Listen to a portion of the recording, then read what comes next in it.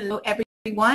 Paul here, your host for our Forever Young interview series, where we're here to learn how to look young, feel young, and add your appeal to our life. And who better to have in my hot seat but Allana Pratt from California, who is an CX. I have seen her on CBS, TLC, and Fox, and she actually has her own show, Intimate Conversations Live. How cool is that? How are you today? I'm jealous. You have wine and I have coffee. Where's the no? It's great to be here. I'm honored. Thank you. Awesome. I was really looking to today.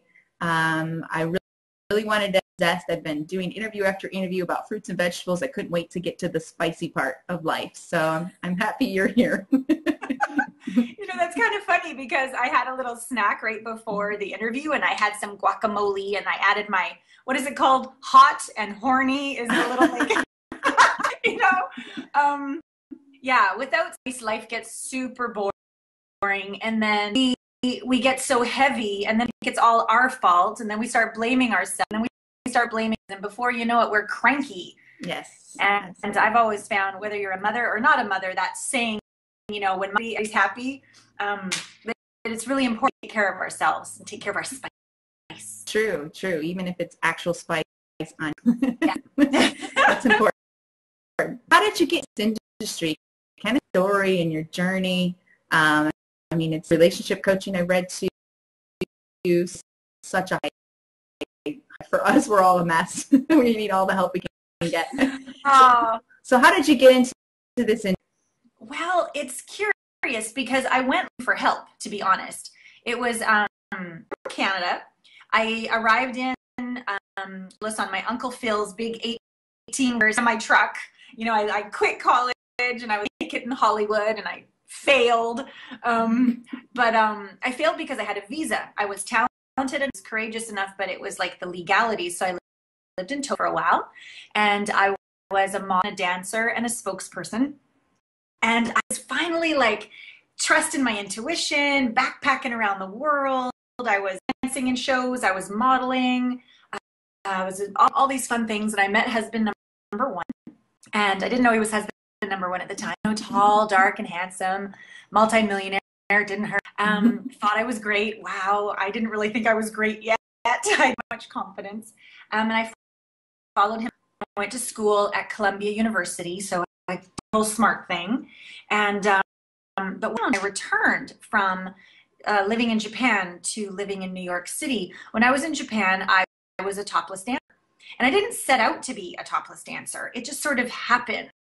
And I was with all these French girls, and they were so, I mean, I don't know about your body, but I think most of us, when we look in the mirror, we're like, You know, we just go down the checklist of what's crappy. Well, these women saw themselves as works of art. They just knew beauty itself. And I was looking at them, and they had no sense of shame, no sense of dirtiness, nothing. They were just beautiful, and they owned it, and they knew they deserved being paid well. They were literally in a museum, works of art, and I thought, oh my goodness, well, no one will know. And I'm going to try and see if I could get over my own shame. And I learned this very important technique that I'll go into a little moment here, and then I'll go back onto the story. Second, so we showed up on stage, and there I was with only half my costume and this boa around my thing, and I was terrified. I'm like, I better all this stuff. But I got out there and I watched these girls, the way they went to stage, and the men kind of straightened up when they came out on the stage. I thought, this is curious. And I talked to them afterwards, Carrie, and basically what they do is when they walk out, they don't care about his opinion. They care about their own truth. They are art. And when you, years later, now that I've done so much studying and I'm a all the rest of it, there's this ancient called Tonglen, which would breathe in the pain and suffering of the world and breathe out love, forgiveness, compassion. And that's what these dancers were breathing in, the shame that these men were looking at, like these meat. And they were going, yeah, a work of art. Diva, I am a goddess. And these guys changed, I swear. And it taught me a lot about when we go on a date. when we show up at work, when we are there with our lover? What's our conversation? Mm-hmm. Who cares about their conversation? And even if it's not enough, breathe it in and affirm something kind and loving, yummy and sensual about yourself. Just exhale it out to the room and see what happens. It's magic. It's absolute magic. Okay, so back onto my so I was really at peace with my body. I remember, Carrie, being in land, and I was a backpacker, and I was still kind of a little bit not so confident.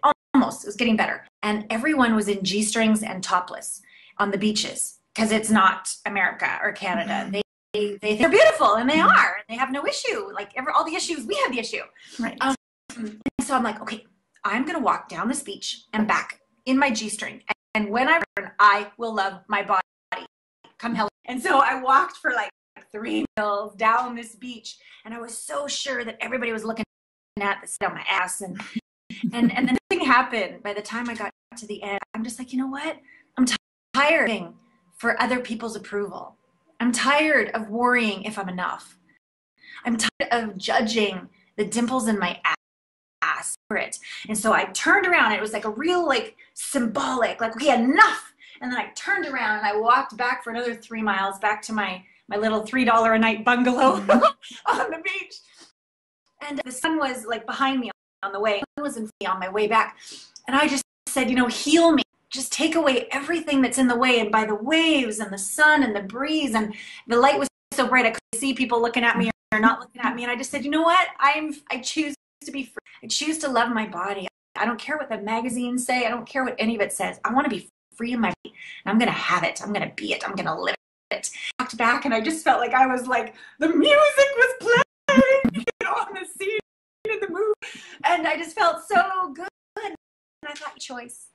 It's a choice. I mean, yeah, maybe people say mean things. Yeah, maybe the magazines have airbrush girls in them. But you know what? It's a choice. I have a, like, if you saw my bathroom, my mirror, allow yourself to be the gift. I'm a dork. Everywhere around my house is like feedback to love myself. So I moved to work with that guy. Didn't work out. Everybody said cancer, and I kind of shrunk. And I did well at school. We moved to LA. I found more spiritual people. You know, nothing against Prods, but that's all the wives were interested in, was being in New City, and I was more spiritual and traveling and stuff. So I found my people in LA. I'm sorry, this isn't going to work to my marriage. Met my second husband when my mom was getting sick with cancer, and not a good choice to get married, people. Mm-hmm. When a parent dying, but I kind of thought the right thing to do to let her know I had somebody. When I married a little quick, no regret, a beautiful boy. He's almost 11, and we were divorced within a year. That was a mistake as well. And I really started to look inside, because 2 for 2, the only one in common, me. Okay, so what can I learn here? And I was, the first time I was insecure. Second time, confident. I don't know if you've ever experienced that in your life evolving as a woman, where you pretend you've kind of put on this masculine energy. I've got it handled. I can do everything myself. Thank you very much. I adore myself. I can make choices myself. We're not necessarily making it from our heart or our gut or our true feminine. So that was the other side of the coin. I thought I was growing, and I guess on some level growing, but I didn't make a good choice. And again, single mom when he was 1. My mom had just died. You know, lost the house. Again, not a happy camper. And it was a very powerful meditation if you take, Carrie, but not like I'm a super huge meditator, but you know, I will on a regular basis. And I like to talk to who I think is in my corner. Is Mother Earth in my, is, you know, the Hindu goddess Kali, is she in my corner? Is Mary in my corner? Like who's a feminine, mom's gone, who can I call on? This crotchety old witch, and she's just like, you, it's time for you to really love yourself. Like, you're strong, you're a great mother, but it's time for you to really love the beautiful goddess you are. And I said, okay. And she kind of turned into this different character, this almost Aphrodite, and I started to see the sacredness in our sexuality, the real reverence of our sensuality. I really saw our feminine curves that we provide our children, men, girlfriends, all of it. Like, our beauty and our softness is our strength, and to honor that. And so I began all these different, I don't know, feminine practices, and called myself a coach, and quickly with Lisa Gibbens when she was in Dancing with the Stars, and started writing books. And then lo and behold, the awesome named Carrie has asked me to her series, and I'm here to share my story and what works and doesn't work for everyone. So awesome. There's my That's a good one. That's a fun one. So you worked with even Lisa Gibbens, huh? Very sweet. I love her. I'm a big fan. Yeah, well, she had a really interesting challenge because she was turning 50. You know, we're talking about forever young here, right? She was 50, and she had this opportunity to be in Dancing with the Stars, and she goes, "Oh, I don't want to do that. My thighs are almost 50. You know, I won't win." And I said, "No, you don't have to do it.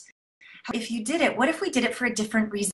What if we didn't do it for that more masculine winning or competition, and do it to give all women permission, show up for who they are, as they are, and celebrate themselves?" Now that would be empowering for 52 million people.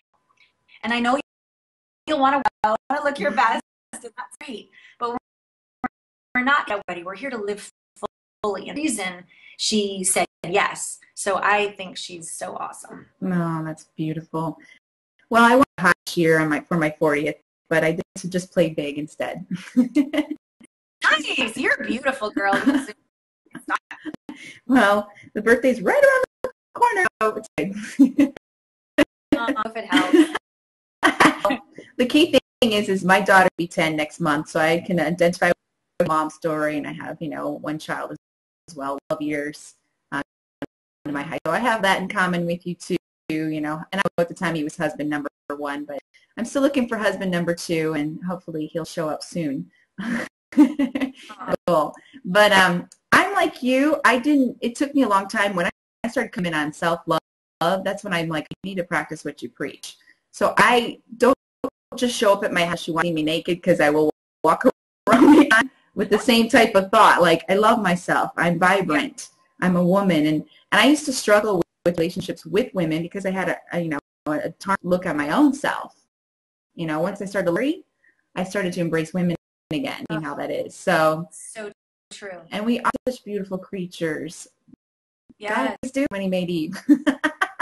Damn straight. I had to redefine flirting, because when I just brought that up from when you talked about sister, right? Mm-hmm. When I'm empty and I'm very good about myself, I will flirt, get attention. Do you see me? Like, if you see me, then I'm enough. I'm looking for that self-validation on the outside, and it's very unattractive. And it doesn't work. And another, and then another, and then another. So what I like to do is pray, flirt with everybody. Men, all ages, women of all ages, flirt with the breeze, flirt with the sunshine, just flirt with life. When you are just one big yes, and you praise, then by the time you get around to a hot day that arrives, you don't go all into don't be all weird. You're just this one big playful yes to life, and it's very magnetic. And the actions of doing it make you feel very full and alive. And it can turn around a mood very quickly, but it also builds sisterhood. Friends, yeah. Yeah, we don't compliment each other. That's the problem. We need to live out loud. It's attractive when you're giving out, coming from more of a nurturing love. So, dating advice for single mom and moms over 40. You got some up your sleeve for us? Yeah, definitely. Well, it would be allow yourself to date. I mean, people just say, I'll wait till they're 18, because it's like, how am I going to juggle? So the first thing would be to give yourself permission. And then would be to make some rules for yourself, some guidelines, some deals, like what's going to be you. Just what I say, truth. It's got to resonate with you. So you want to, are you going to date on days you're with the dad, if that's indeed the case? Or are you going to ask for or a sleepover for some, you've got the freedom to go out and worry about the kids. So it works for you. You're going to want to choose about, when's it going to happen? Where's it going to happen? You want to choose when you introduce that person to your child, or if you even do. And I think it's better to have thoughts and journal that before you get into it, so that you're really acting in alignment with your values and your heart. You're going with the program. One of the great sort of litmus tests, all these different decisions you're making on how dating is going to work for you, make a choice. I'm going to have incredible sex out of my house with somebody that's safe and honoring and blah, blah. Okay, this is my choice. Then sit with it for a second. How does it make your body feel? How does it make your heart feel? And if it feels, ooh, no, I'm ready for sex yet. I just need groups. That's what I need. I'm going to start, with hiking meetups. I'm going to choose hiking meetups. Great. And then sit a second. And does that make it light? Like, only choose what makes you good, light. Force yourself to have others do. Mm-hmm. Your truth is inside. Nothing I say is you totally know the truth. Sort of these different scenarios, these things, until you find the one that's right. It's not just now. And then check in another month. Oh, I'd be ready to get back and be sexual again. Or maybe what would feel really good is not waiting for one guy to call, but to go out with girlfriends, to go out by myself, to go out on dates, just being social in general that I'm ready for. So you'll learn as you go.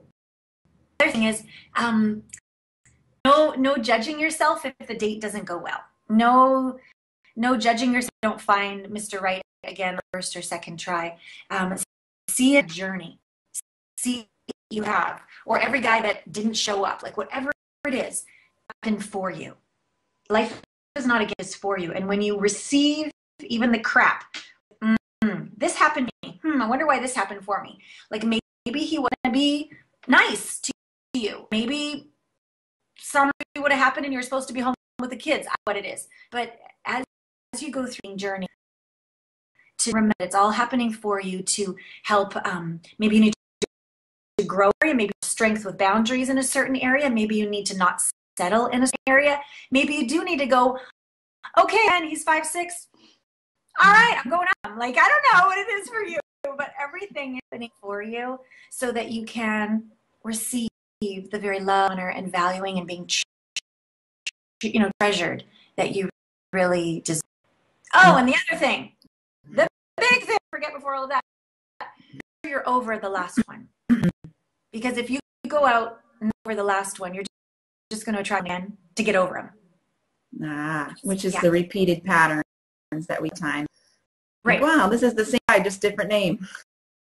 So let's get really clear about thank you for the last guy. That's a good 10 reasons why. Thank you that I divorced and married this person or dated this person, because now I am stronger about this. I'm more aware about this. I don't on this. I ask ahead of time. I speak my truth. I'm not willing to be treated like this. Whatever. Go through reasons why you're grateful for that past relationship. And I put the paper up and be done with it. And then go out and do it. Okay, I'll shut up now. Wow, good stuff. Oh, thank you, Cordy. Now I have to take notes. Why, I seem to marry but I guess I kind of did. But I people like my dad. What is with that? Why do we have a pattern of that? We'll date our dad or our mom in the energy of it. Mm-hmm, right. There was an unmet need that occurred growing up. And we, as little girls, were seeking what all little girls are seeking, and protected and seen and honored and understood and celebrated for our uniqueness. Now, I don't know anybody that got all that growing up. Really, right? Because we all fall down with it, so that there's these pieces in us that are seeking to be seen, heard, understood, acknowledged, all kind of stuff. It could be touch. It could be words. It could be gifts. Whatever it was we didn't get that we really we're going to seek it. Now, our goal before we date, if we can, is to give ourselves the very thing that we are, so that we're not empty on our way looking for daddy or things that mommy never gave us. So I don't know what happened in your dad was drugs when I was growing up. So he wasn't present. And so I'm present, but I'm attracted to the guy present. Because if I can get the not present guy to be present, well, then I'm a nurse, right? The whole thing is fine. How screwed up my life is because I'm choosing the real doozers. So the goal is to go back to little Allana. And these things that don't just occur. Sure, you help, people with this. This is one of my specialties, to go guide with no judgment. And here's the kicker. And no need to fix her, change her. So you're going to go inside to the very baby that's sad, thinks she's not enough, she's, insecure, she's maybe feels ashamed. Like, we don't want anybody to see her, right? You want to go towards her with total non-judgment and conditional love and say, hi, I think I've been making you better by fixing you. I think I've been trying better by being stronger for it. And, that doesn't feel very good. I'm sorry. Please forgive me. I'm finding it difficult to love you unconditionally. I really want to love you if you just feel better because you're getting in the way of all these. I'm so sorry. So it's really about building that relationship with that part of yourself, truly unconditionally, that truly doesn't require this inside to change or to receive love.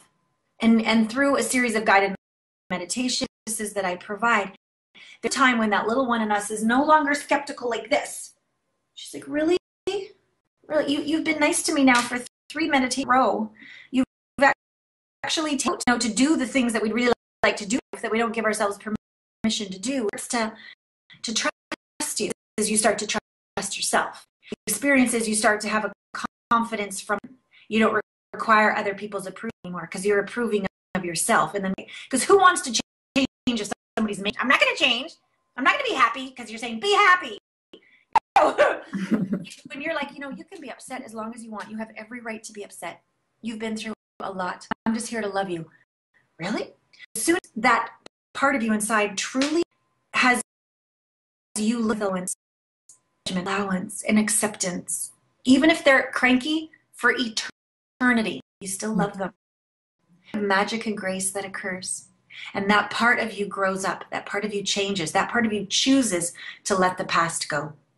And it's like a communion coming together inside your body, inside where the past sort of goes, right? And you have this holistic, this moment where you're like, you are empowered itself. You require nothing. You are radiance itself. You are glowing. And when you go out there on that date, you don't need him to be daddy because you've got everything required on the inside because you gave it to yourself. And you will give it to yourself every day of life. And no one can take it away from you. And that's sexy.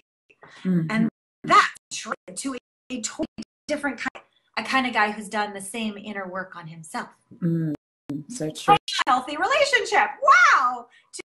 Two people done their work seeking each other, make themselves enough. Don't blame each other when shit hits the fan. Can be this for each other when each other is sad or sorry. And that's the making of a true healthy relationship. And then, oh, by the way, there's a potentiality relationship with your true father shifts. No longer subconsciously making them wrong. But again, remember, we can't change. Mm-hmm. You could change. And you can be the space for him to step up in another way. But never change Dad. So Dad always never acknowledgement. But because you've acknowledged you have some sort of compassion for him. He's just been wounded and he's best. And you might not want to hang out with him as much result because he's maybe not as generous and kind as you'd like a gentleman to be in your life. But you no longer hate Dad. You no longer resent Dad. You bless and accept, and you make room for a man to truly honor you the way you're honoring you. I love that. Would you suggest that being the step to self-esteem, first fall in love with your inner child and kind of totally start healing there? Self-esteem doesn't happen overnight. No. I just got my nails done and my hair done and ooh, I'm adult. It doesn't work that way. It does for 30 seconds and then it's gone. Or it's so great right now. That's right. I can handle anything thing. Yeah. Yeah. No, I start with inside and inner work about on this series, especially because that's you can only put so much paint on a rusty. You got to work on that in the structure. Say that's so cute. I say you only put so many sprinkles on an ice cream. Yeah, you get it. Yep. Yeah. And I also saying that, yes, self-esteem is like the number one thing before we really want a relationship that works. It's also the hardest thing. Oh my God, it is mature. It's the hardest thing to face a girl's side. So, I mean, I'll resist until things get really bad. Oh, we get marriage and a divorce. We'll be fine. I don't need to do my inner work. And then a second one. Okay. And then, like sometimes we need across the head, cancer, bankruptcy, getting sick. Sometimes it takes to bring us to our knees till we actually start to do. I don't think it's that life has to get so hard before we wake up. We can choose to do it earlier. And I acknowledge this is not the work for the faint of heart. And yet the return on investment is priceless. Yeah. Do you recommend people to start with books, seminars, coaches? I mean, when not just always starting inner work completely. Starting with a book always helps to pave the path. But you thought, okay, I'm divorced. I'll throw away. It was him. It was him. Wrong. That's right. It's all him. And then yes, your dating patterns and the same crap shows up over and over again, and realize, okay, you need to work on yourself because you're bringing baggage into the next relationship. So, but I started with emotion. I did saw an emotional therapist, saw an NLP coach. I worked on so much head, but when people say you're so confident and powerful, I'm like, you're looking at years. That's right. Years away, you could, help others. You got to work on yourself first to help other people. Okay. What kind of steps would you suggest if someone is listening today and need to work on start somewhere? Yeah, I believe it's a beautiful combination that's required, because I don't believe in the most scary, treacherous, like make me go sit in the fire by myself. No, thank you. So I always say, don't go in alone.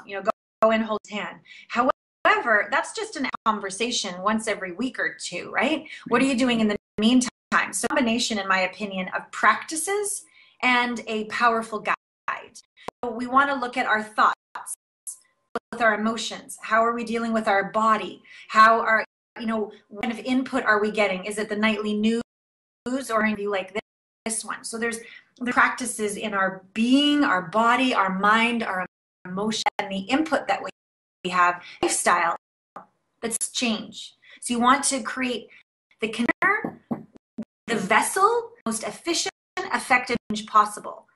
And yet, if all by yourself doing all this, you're going to get results because it's you. It's going to sort of shift around all the different things that you've tried already, because we're all brilliant, but we can't see what we see. Those are the blind coaches can see. I can't see what I can't. I wish I could, and it's frustrating as hell because I'm a coach, but I can't see my own shit.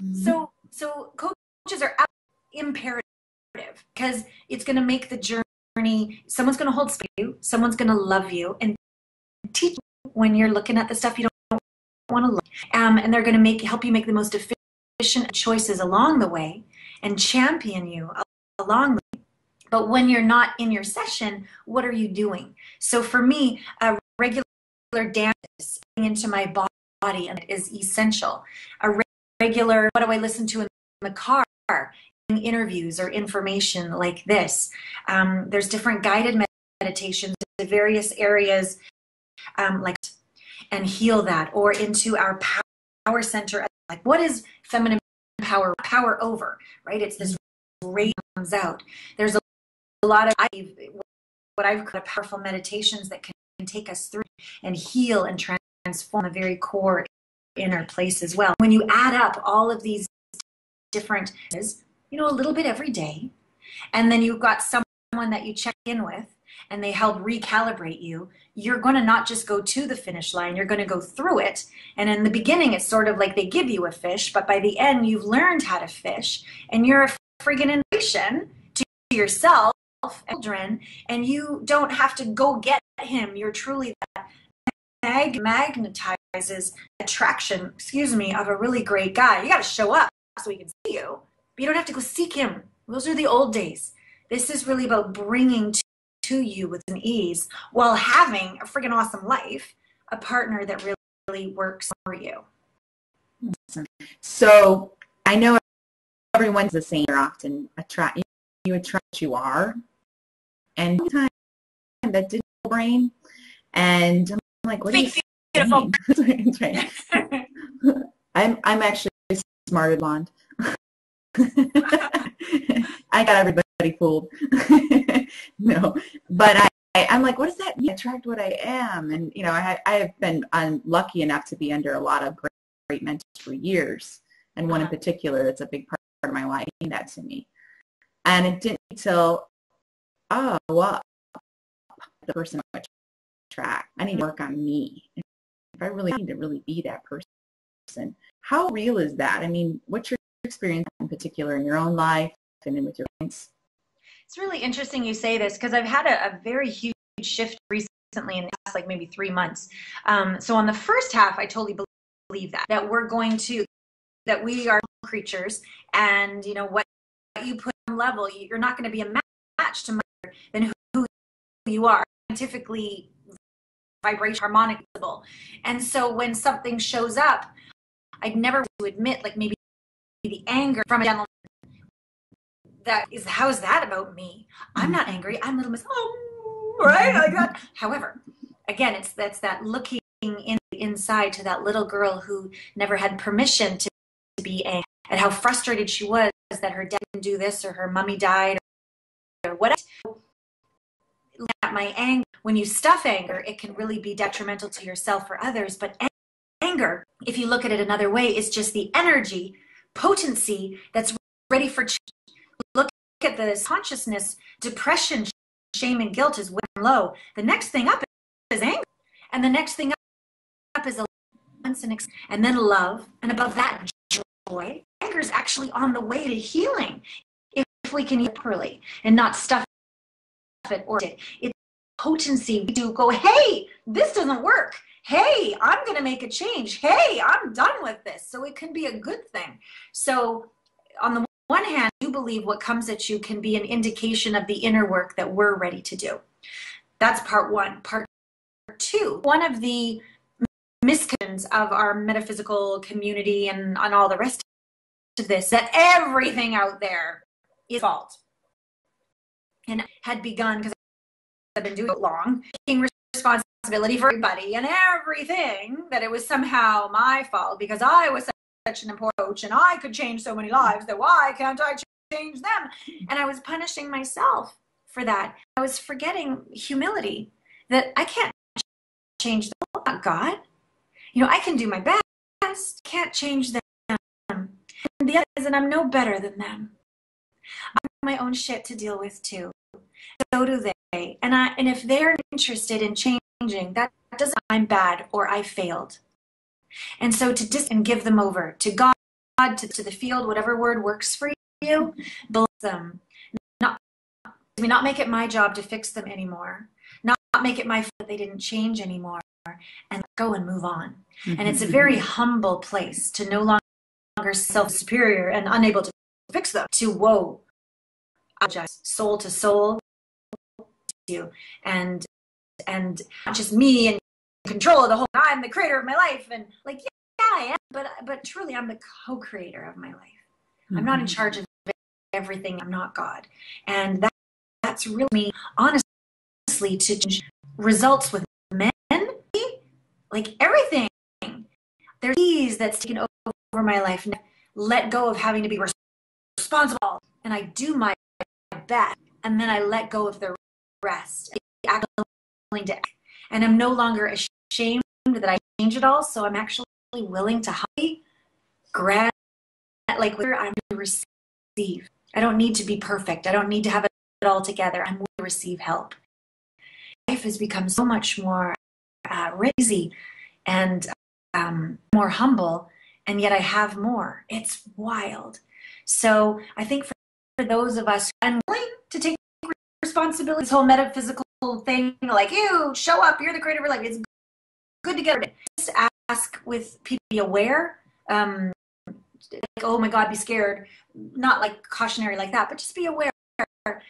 Take care of yourself. Bless the rest. I'm going to do. And hang out with willing to also take responsibility and not blame, and rock your life with those folks. Very cool.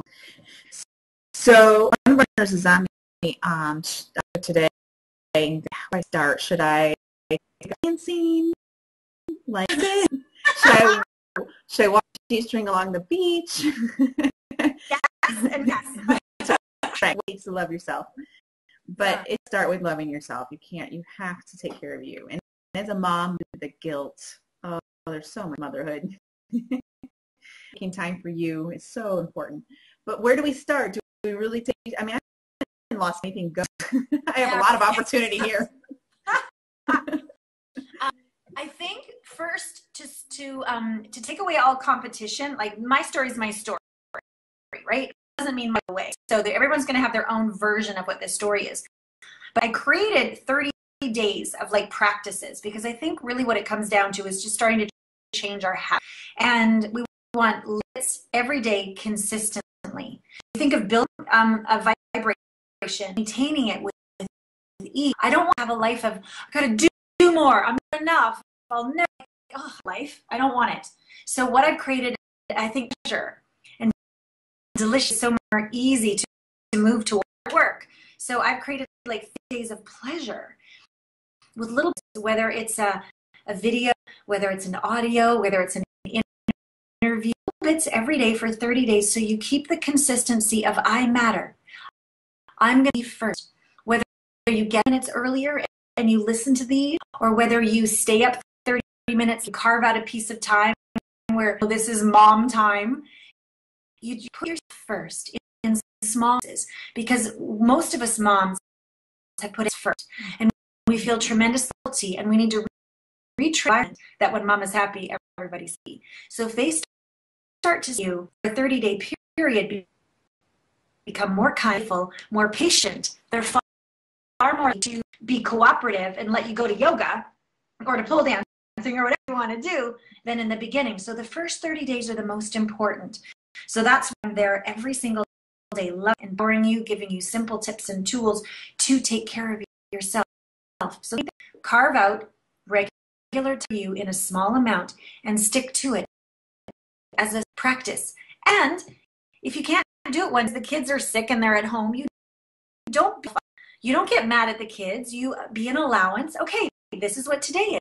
My practice is going to go till tomorrow. If it takes you 40 days to get through the third, that's not wrong. Ourselves up for the best possible scenario, and we're welcome life as life does what it does. But once you start to have the habit of I'm going to fill me up, I'm going to nurture me, I'm going to care about my beauty, my sensuality, art, my girlfriends, my like go through and get rid of all the granny things. Little actions for 30 days. You'll not just be sexy to try to get attention and then you'll finally be enough. No, you'll be sexiness itself. You'll be happy for no reason. You'll have to start changing some of the dynamics in your life that thwart you and take away your radiance. You'll start to be tapped in again to your create, how to manage all the components of life so that you matter too. You'll have the courage to ask for help and delegate things. You won't have yourself on doing it all and being a martyr story of how horrible it all. You'll to have confidence from a different, quieter, calmer, yummy place. It's where your life will change. So that was the first step that I would definitely to do. And then the second, they said before, get someone that's got your back. Somebody like you, Carrie, somebody like me. So did you do your practice today? We're not going to be bitches, okay? But accountability, and it's good to have someone to support you so you can figure out your unique circumstances, because there's no excuse that I buy into. I'm so sorry. Like, there's how many Syrian refugees, million of them, no lights, no toilet, keep their kids alive. Hello. Okay, let's get some perspective. There's shit going on the planet. A lot of moms are barely keeping it together. Us listening right now don't have issues. So we have the blessing and the privilege and the honor of having circumstances where we can really do our inner work and transform our souls and be inspiring, radiant creatures of joy in our families and in our lives. And that's, I think, you know, you've chosen this. You're blessed. So let's, how good it can get. How much more pleasure can you have? How much more joy can you spill into your children's? How much more radiant spill into your partner or into your dating life? How it to be that good? Because that's the blessing of we very blessed. A little bit of my soapbox, but it's okay. It's all good. Stay on, not done. I read something yesterday. It was from Oz, who I'm a big fan, about for women and feeling young. He suggested having sex 700 times a year, which is at least twice a day. What are your thoughts? Will that help reverse the clock? I don't know if it'll reverse the clock, but we're probably going to be juicy, happy people. When I first my partner, I twice a day. I mean, to me, bookend the day, that would make me super happy. And I very much believe in self-pleasure, and I have my vibrator and all that. I love my baths and my dancing. I go pole dance.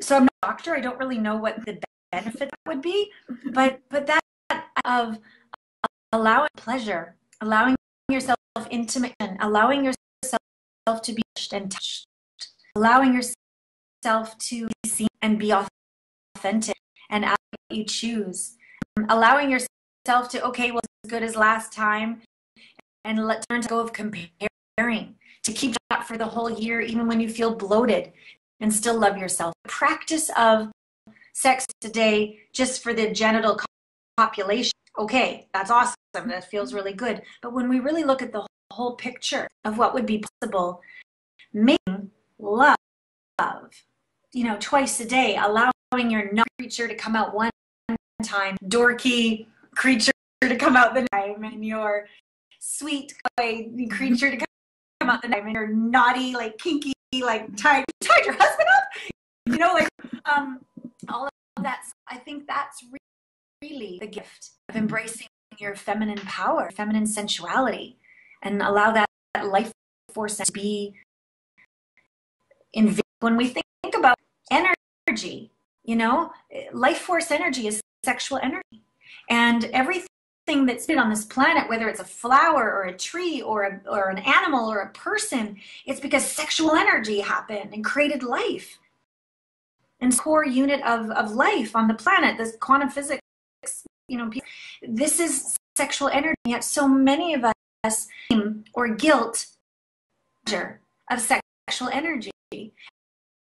Bottle it in copulation, you know, copulation, where this sexual energy, you can the second chakra, right above the second chakra. Okay, so we all know where as it builds this sexual energy. Yes, you can send it down into your vagina, and it's very yummy and having fabism, and I'm all about that.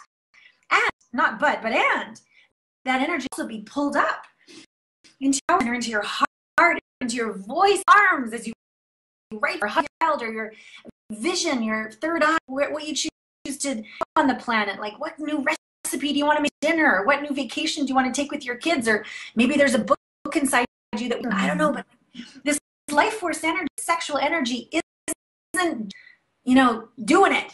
It's also what makes you feel alive and creative. It's also very tender and caring to yourself and others. A woman's energy is healing. Your touch to yourself or to others. You know, just as you put your makeup on, like, oh sweet one, how well you've done. You're still kicking. Good for you. Like, touch yourself is so nice, right? But how often do we do? Right. So letting this juice, letting this sexual energy throughout the whole day. I mean, just all of you listeners, like, imagine it's been 7 twice a day and it's been good. Imagine. Sorry. Like, you just rode a horse? Okay. So we still sit. It's still fine. We can still. That's right. So there's lubrication. Nothing was ripped. Just imagine, like, this, like, after you've ordered, like, how you walk. You look in the closet. You don't go, oh, I'm fat. Oh, this makes me feel good. You look at her. You're like, I think I'm going to try a little more black eyeliner today. And, you know, somebody cuts traffic. You're like, you must be late. No worries. Right? Like, you're just yummy. And the kid, you're like, hey, here, let's just focus on gratitude. It's going to be fine. Like, I don't know what you do, but you just be like flowing. And, oh, you burned the dinner. Okay, looks like we're going to takeout. Let's go, everybody. You don't let things bother you. You feel juicy and happiness and loved and cherished and touched, and you're in your box, in your head, right? Mm-hmm. So yeah, I don't think Dr. far off. The whole emotional reasons behind it. If not, maybe it's time for me to get on the show. I'll see what I can do. Go into as much detail as you did. Wonderful expressions and definition from that. That's awesome. Well, we're coming up to our time. Want to make sure we touch on a fabulous offer that you have our audience today in 30 days. So go into that detail. Yeah, that's what I was going to earlier. Yeah. Like, when people are like, where do I start? That's what I did. I created 30 simple practices that each of the practices are going to, like, scientifically support you. More oxytocin, more cortisol, get the hormones. So it's going to be good for your joy, for your feminine hormones, all that kind of. But I'm not a doctor. I just know that it works. But really, what they do, they drop you in juiciness. They give you permission to take care of yourself. They help you find the pleasure and joy in life over time, consistently, so that you raise your vibration. You start making choices that a confident woman make, that a self-loving woman would make. You start been weighing you down and keep you crunchy and cranky and spinning in the past. So physical dance movement practice, their views, their guided meditations. It's different every day. 30 days, simple, so that by the end of these, you've shifted.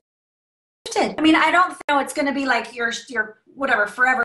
Everything's perfect. You have to work at it again, but you've started to. Wow, when I do something simple regularly for myself, I'm happier. I'm more patient. I'm more playful. I feel good. I feel sexy. I feel confident. My husband's giving me a lot more attention. Or, hey, I have a date this week. Go. Or I'm just going to go out with my girlfriends. Like, you're starting to shift.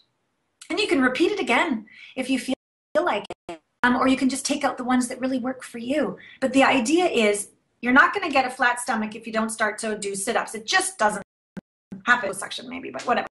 Not going to be sexy. More sexy. Get older. And this, you're not going to, like, age like wine.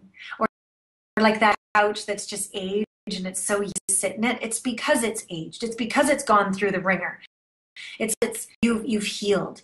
You're going to be that woman that one's like, whoa, magnetic, and you're happy for no reason, and you're a better mother. All of that comes these kind of practices, and we just need an excuse to get started. And why not do something that works and is fun? And I've got your back. And touch with me via email along the 30. And if the work I do speaks to you, and you're looking for that coach to support you to the next level, you're in privilege.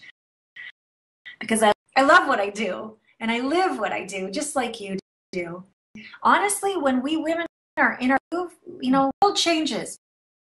Understand how powerful you are. Really understand the difference you make, or don't. The potential is so family and community. Like, you matter. You belong. You're so. And for you to know that and live that and shine that. Nobody can take from you. And if I can do that, I am so grateful and honored. You're definitely on your purpose all the way. It shows, radiates off of you. I can see it's beautiful. Oh, I love it. Well, any final thoughts for our girls and some guys I'm sure interested in today's call? I'm sure they couldn't peel away from it, but that's okay. Well, as the product we're talking about today is for the girls. I have a site called Get Her to Say Yes for the guys, because women want you to be able to really, when we open to you, yes, it's our body that's opening to you, but we want to open our heart and our soul to you, and we want to be devoted to you. We have so much love to give. And so I teach guys how to dress on all those levels. So if that's of interest to you guys. And my last thoughts, ladies. Okay, here's a crazy one. Okay, so before you go to bed, clothing, lingerie, could be your dress, could be your jammies and my I'm in my favorite sweater today. Could be whatever. But just if you have to put like your little earphones in so you don't wake the kids up, dance. And here's your job. Touch yourself. Touch yourself, not from another, or try so you're competing with another, or get whatever. Just love on yourself. Love on yourself. Get self-touch. So many of us single people don't get a lot of touch. So just hug yourself and love yourself and have some fun, and then just let go. And know that you've honored you. I love it. Can we dance on the kitchen counter? Is that an option? Of course. Oh my God. Oh, of course. Anywhere. We have the coffee table. It's a big my son on the coffee table dancing. Yeah. Awesome. There's another reason not to show up at my house unannounced. Naked dancing. That's right. I love that stuff though on my mind.